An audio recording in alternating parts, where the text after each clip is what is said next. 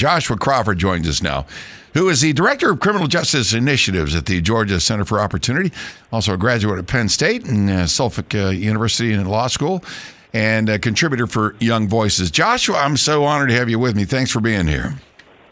Thanks for having me.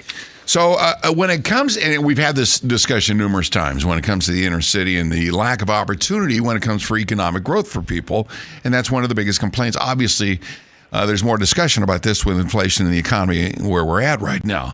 But when it comes to inner city crime, there's a correlation between those two. You know, when you have businesses that are fleeing inner cities because of the crime and not wanting to deal with it anymore, that opportunity starts to drop. You rein in criminal activity, the next thing you know, people want to get back out of their homes. When you're afraid to leave your front door, of course it's going to have that impact, right?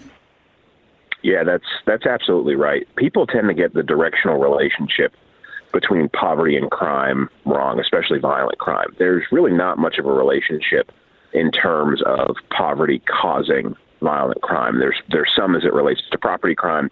If you're hungry, you don't have food, you might steal some food kind of thing. But really there's not for violence. But what is true is the opposite, that communities that are poor communities with low rates of violence, the economic mobility within those communities is much higher than in a poor community with a high rate of violence for everything that you just said. People who are afraid to leave their homes once the sun goes down, people who are disinclined to be outside because of the dangers that they face, and that private business packs up and leaves. You know, when businesses leave, you know, the flight brings blight, and it's just a negative situation. So what's to be done? You have so many different police departments around our country right now, including here in Birmingham. I mean, when you've got Scott Thurman, the new police chief, I mean, he is facing more spikes in homicides right now, a 30-year record high going on. You can't just over-police and over-police and over-police. You got to get into the root of the problem as to, you know, what's going on in these cities, who's committing these crimes, and why it's taking place. Do you think it starts early when it comes to, you know, the juveniles and the choices they have when school is out, where they can go? A lot of them are in single, you know, parent homes.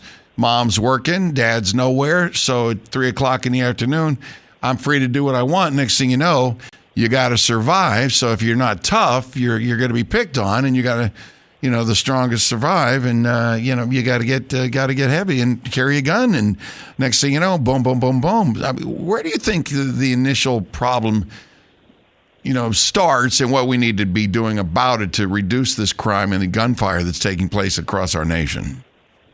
Yeah, we have definitely seen an increase in juvenile violence in the last several years, especially as it relates to homicide and carjackings. Here in Louisville, Kentucky, where I live, a true majority, just over 51% of our carjacking arrestees are juveniles. So that's a way overrepresentation. Yeah. And one of the things that I often tell people is it is much, much easier to keep an 11-year-old from ever picking up a gun than it is to convince a 17-year-old to put it back down and never pick it up again after they've participated in a number of drive-by shootings and other violent offenses. But in any given city in the country, it's typically about 0.5% of that city's population that is responsible for more than 50% of its violence. This typically happens within the subcontext of criminal street gangs. Even as it relates to offenders, it's typically only about 5% of offenders that are responsible for more than 50% of your violence. And so you can do a lot by targeting the right people, targeting the right groups, recognizing that criminal street gangs are disproportionately responsible for this violence, and that it's not just them shooting at each other. There's a tremendous amount of innocent life that is lost, that is caught in the crossfire of these groups. And so if you sort of crack down on these groups appropriately, focus both law enforcement and corrections resources on these individuals, but also things like social service resources on the at-risk youth in some of these neighborhoods that are dominated by some of these street gangs, then you can get a lot of really positive results pretty quickly. All right, very good. The numbers are just staggering around our nation now, Joshua, as you know. Thank you so much for the update. I appreciate you. Joshua Crawford, Director of the Criminal Justice Initiatives at the Georgia Center for Opportunity.